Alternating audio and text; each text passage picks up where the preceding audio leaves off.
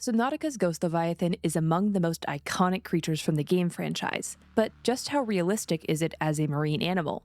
Well, as a real-life marine biologist, I'm here to do a full breakdown on the Ghost Leviathan's biology and to assess whether or not this creature is a viable organism. I'm going to break down my professional opinion on the Ghost Leviathan's morphology, its life cycle, and its ecology to ascertain whether or not a creature like this could ever feasibly be lurking in the oceans of 4546b if that planet were in our universe. Let's start where the Ghost Leviathan's life cycle begins, these large translucent eggs buried within the cove tree at the bottom of the Lost River. The protagonist's personal digital assistant, or PDA, is the most reliable source of information we have access to when assessing these creatures, so for the sake of this analysis, we'll treat what the PDA says as true, even though there are issues with that we'll get more into later. According to the PDA entry for the cove tree, these trees were laid when the tree was young, and now the branches protect and grow with the eggs as they await the right conditions to hatch. We know of other examples from 4546b where eggs can apparently lie dormant for centuries before hatching healthy young, so I'll let that point slide, but know that this kind of long-term gestation only really works in plant seeds here on Earth, not for the full eggs of large vertebrate creatures. That means we're already starting in a rough place, but the eggs themselves are more interesting than the scan lets on. For one, we can see multiple orb-like entities within each egg, suggesting that the Ghost Leviathan may be a polyembryonic species, or in less fancy terms, that more than one animal can hatch out of each egg. Polyembryony is observed in multiple Earth organisms, like certain species of cat sharks and skates, which are some of the species that leave their eggs in so-called mermaids' purses.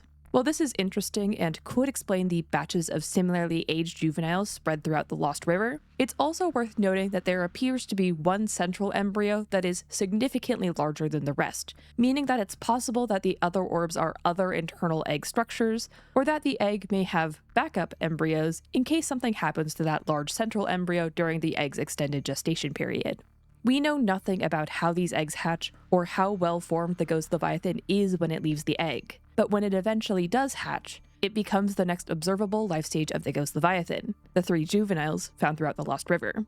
This is the variety of Ghost Leviathan the average player is likely to encounter the most consistently in a normal playthrough, as it's a scripted encounter with one juvenile in each of the 3 entrances down to the deeper areas of the game. The presence of 3 identically sized juveniles could lend more credence to the polyembryonic theory of individuals that are all hatched at the same time, and the small number of individuals present compared to the number of potential embryos in the egg might be explained by the PDA, as, quote, "In its juvenile state, this leviathan feeds on larger herbivores and unfortunate members of its own species. Anecdotally, we can observe the juveniles attacking ghost rays, river prowlers, and occasionally other small critters that inhabit the Lost River. We can assume from this entry that any previous juveniles that were in close proximity to each other have since resolved that issue, but despite the PDA entry, spawning multiple ghosties close to each other seemingly has no effect on their behavior, and they won't interact with each other, so we can't verify the integrity of the PDA's claims on the juvenile's diet.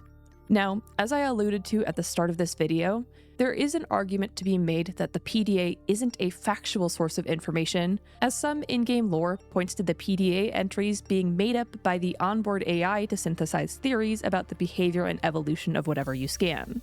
So our best primary source of information is already guessing at certain elements of this creature, which puts us scientists in a precarious position when trying to decode whether or not any of this information is valid in the first place. For the sake of this video, I'll be assuming that the PDA entries are accurate, because again, that's the closest we get to having any kind of external knowledge of the Ghost Leviathan, but we'll substitute in anecdotal and observational data as it's available. But back to the analysis of juvenile ghosties. For all intents and purposes, the juvenile Ghost Leviathan functions as the apex predator of the Lost River. There are no currently existing creatures who can oppose it in its range, although you would think that the Sea Dragon Leviathan just a bit deeper would be a worthy adversary. That's a theory and a whole different tangent for another time, but as far as we see and know, the juvenile Ghost Leviathan has no competition in this biome, aside from other members of its own species. Its reign of supremacy over this biome is relatively short-lived, because, according to the PDA, the juveniles, quote, display a remarkable rate of growth which shows no signs of stopping, suggesting that they must abandon their hatching grounds before they grow too large and make for more open waters. That means that they cannot stay in this perfect nesting ground forever. they have to leave and expand into new areas that can house their massive adult body plans, where you can find the 2 adult Ghost Leviathans in the Grand Reef and the Northern Blood Kelp Zone. It's at this adult stage of their life cycle that the flaws in the organismal design of the Ghost Leviathan become glaringly obvious. So let me explain why this kind of creature could never have a sustainable life cycle. For simplicity's sake, we can break down the morphology of the Ghost Leviathan into 2 major components: the head with its extended rostrum, and its long, snake-like body. We'll break down the subcomponents of those parts as we go, starting with that long body. The body of the Ghost Leviathan is comprised of a single, long, tube-like structure most closely resembling an eel or lamprey anguilliform body plan from Earth's oceans. But notably, the Ghost Leviathan also has a decently small dorsal fin towards its anterior end, as well as 6 small protrusions around the anterior end behind the head, and 4 tiny protrusions around the posterior end. These protrusions may be some kind of vestigial fin structure, as they serve no observable purpose to aid with the Ghost Leviathan's locomotion. The Leviathan's movement is in itself a bit tricky to analyze because it moves kind of like an eel, but it lacks any of the anguilliform body plan elements that allow eels to propel themselves through the water, like their narrow but tall shape that allows them to glide through the water. Instead, the Ghost Leviathan almost more closely resembles a sea snake or sea crate as it wiggles its way forward. Notably, all marine organisms with this kind of design have a narrow body plan without large external protrusions that add drag and external opposite force to an organism's travel path.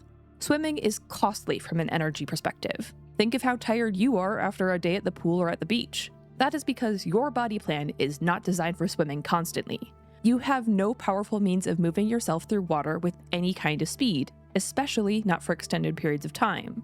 The fusiform body plans of most sharks and fishes are optimized for that exact scenario. Eels, lampreys, and true sea snakes all have other locomotive adaptations, like the single long fused dorsal and caudal fins of true eels, the small ribbon-like dorsal and caudal fins of the lamprey, and the adapted paddle-like structure at the end of sea snakes all help them move through the water more easily. The Ghost Leviathan has no such adaptations, and instead has these appendages that would only hinder its ability to generate enough thrust to keep itself moving forward.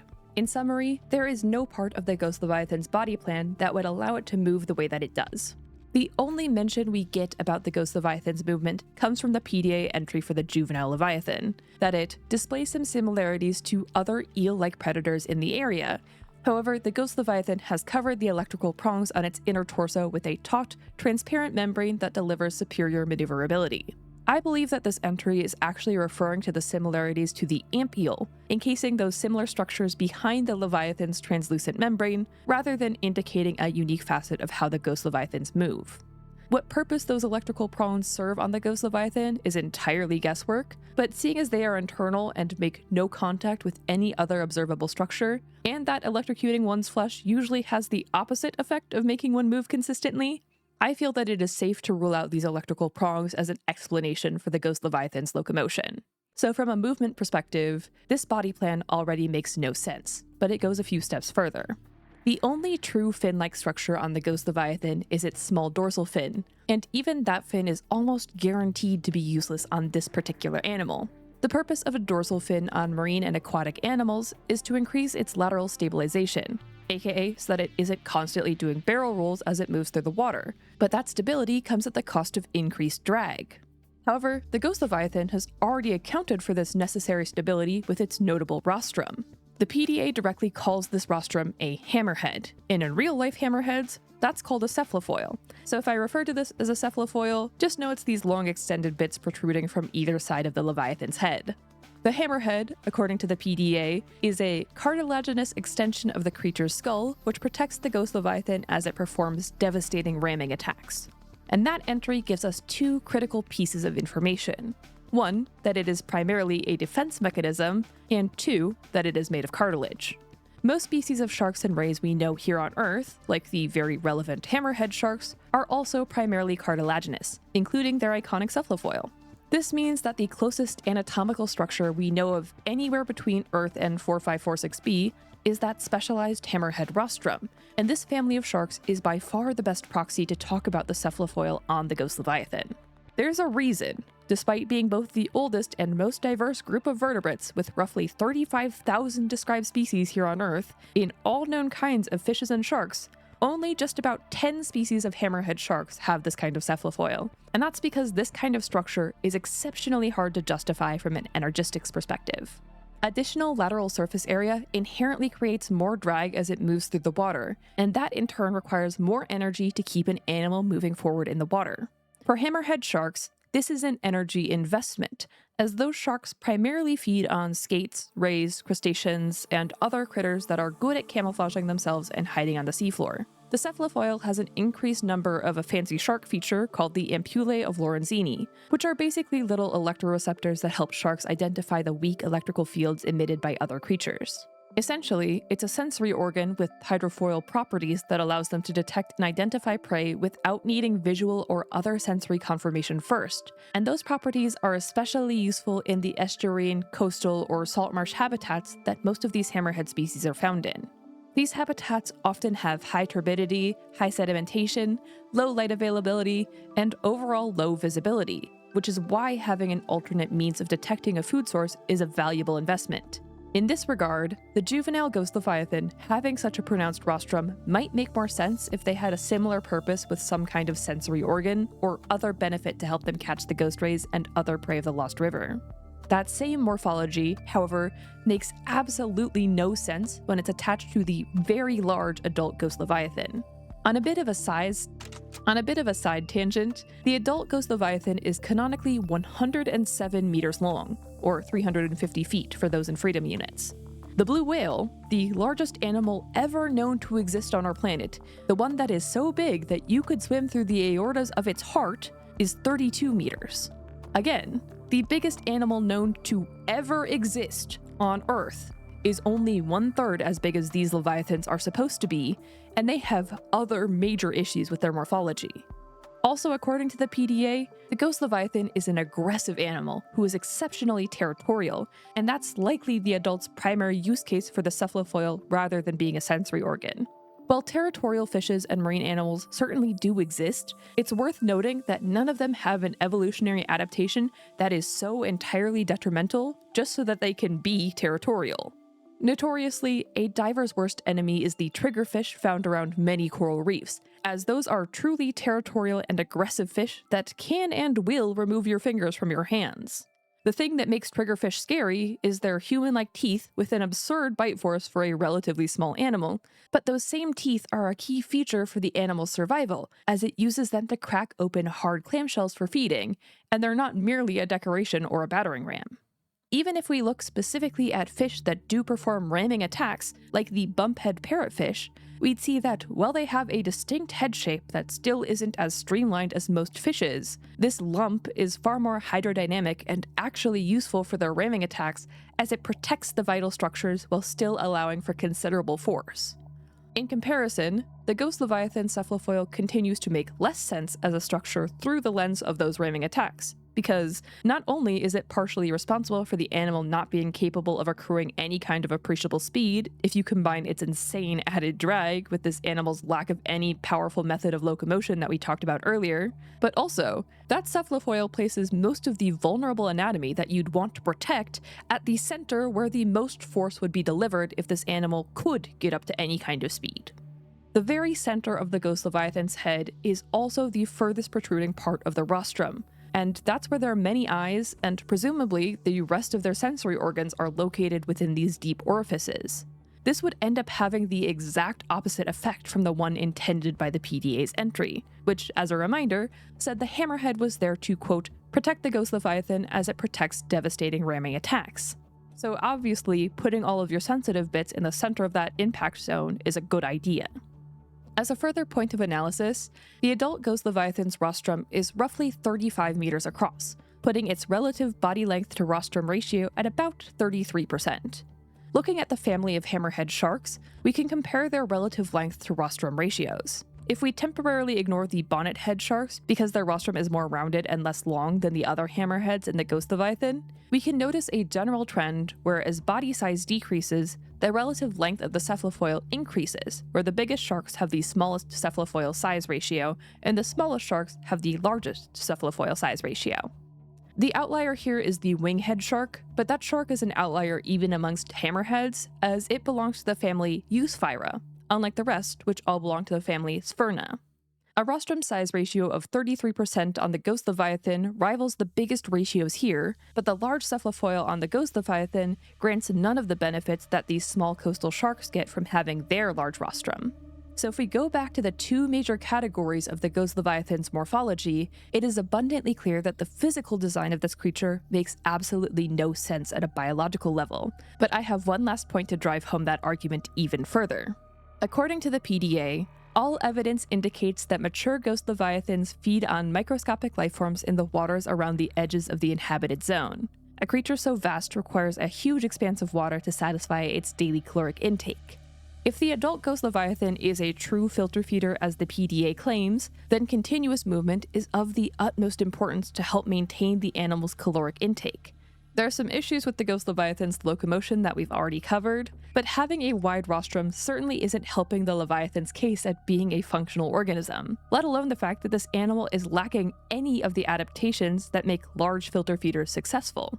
There's no large mouth or baleen to increase the surface area to catch these microscopic lifeforms. There's no gills or other visible outlet for the large quantities of water that would need to pass through this animal to filter feed. And it simply couldn't muster up enough energy to propel its massive, inefficient body to cover the vast expanses of water that it supposedly needs. It's impossible for us to guess at the true caloric intake needed to sustain the Ghost Leviathan without plenty more information on its internal processes, but if we use Earth's largest filter feeder as a proxy, it's a whole lot more than I'd be willing to bet the Ghost Leviathan is actually capable of consuming in a day. Blue whales consume an average of 16 tons of krill on feeding days.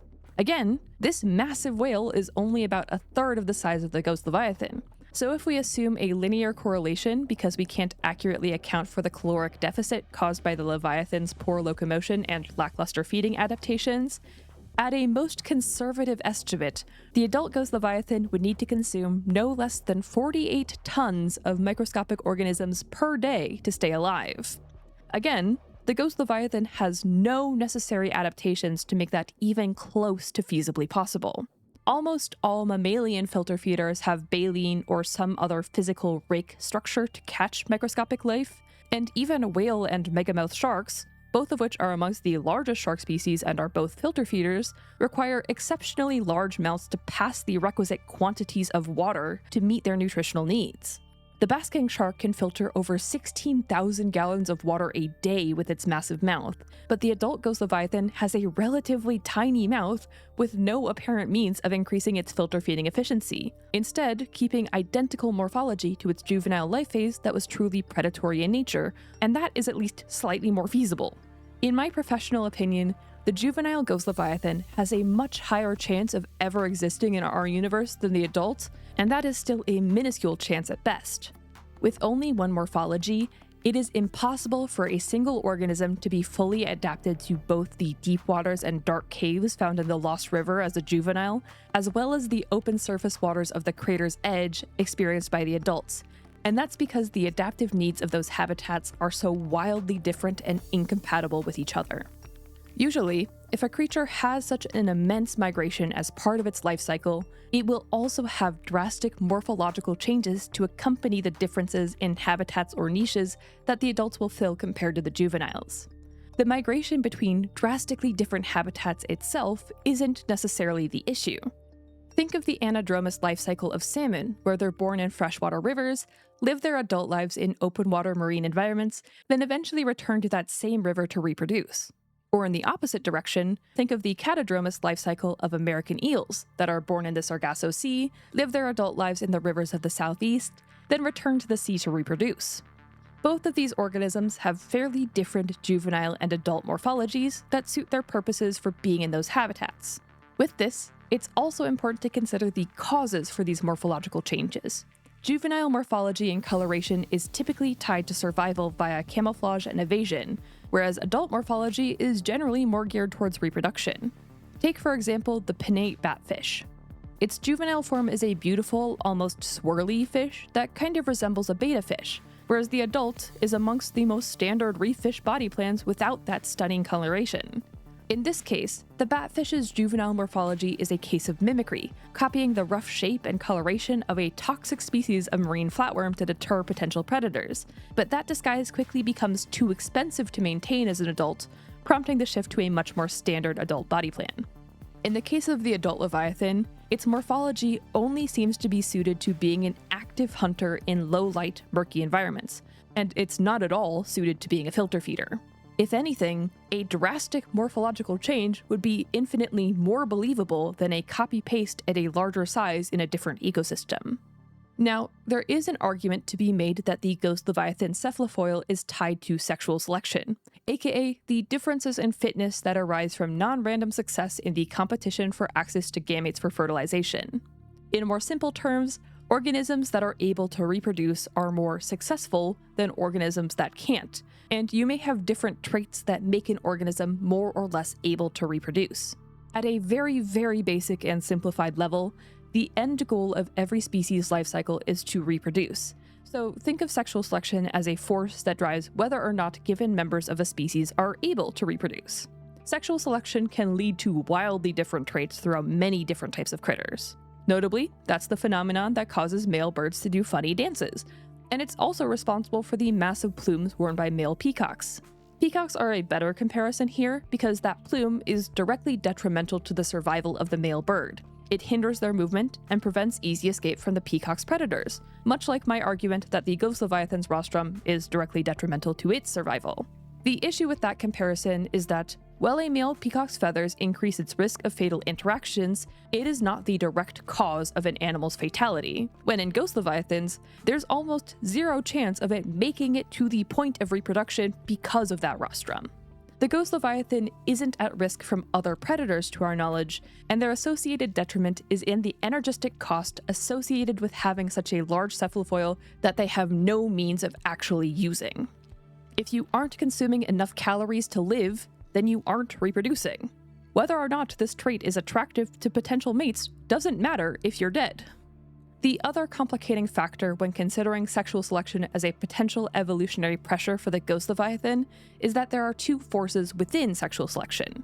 One, intrasexual selection, which is the competition between two members of the same biological sex, like two male birds competing to see who builds a prettier nest. And then force two is intersexual selection, which is tied to the preference of the non-competitive biological sex. In this example, which nest the female bird likes more.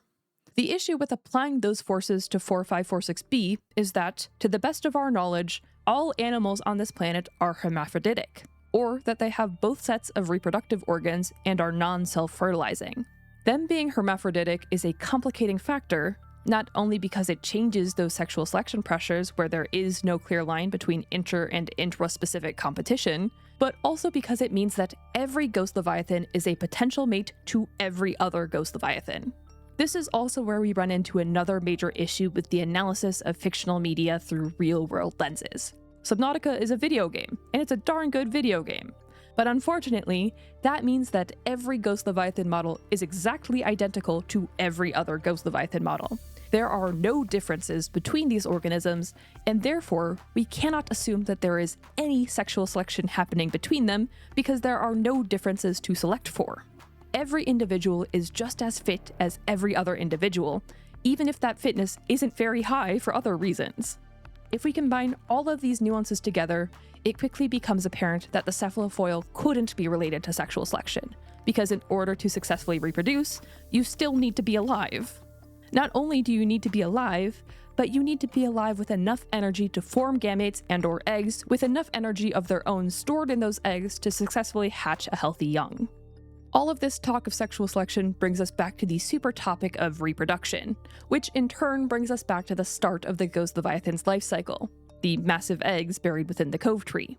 As far as we know, these are the only Ghost Leviathan eggs anywhere on 4546b, just like the Lost River is the only place with juvenile ghosties. The PDA entry for the juveniles implies that they must leave these caves before growing too large, which then begs the question of how these eggs got to the cove tree in the first place. At the size we observe in the void Ghost Leviathans, They could likely fit through some of the narrow passages of the Lost River back down to the Cove Tree, but we don't actually know if that is the final size of mature adults, as according to the PDA entry for the juveniles, they display a remarkable rate of growth which shows no signs of stopping. This is also observable in the fact that the void Ghost Leviathans are about 15% larger than the adults in the Grand Reef and Blood Kelp zone. Point is, while it's a relatively safe assumption that the void Leviathans are mature adult Ghost Leviathans, we don't know for certain that this is their reproductive maturity, nor do we know what would trigger a breeding event that would in turn trigger its return to its hatching grounds to lay eggs. This also ties back to the same American eel or salmonid life cycle that we briefly discussed earlier. It's not even improbable that this kind of life cycle exists. It's more that it's unlikely to occur in an animal that supposedly operates the way that the Ghost Leviathan does. An overwhelming majority of creatures that display this kind of migratory morphology and reproduction are semiparous by nature, aka they usually have one mass breeding event and then quickly perish after.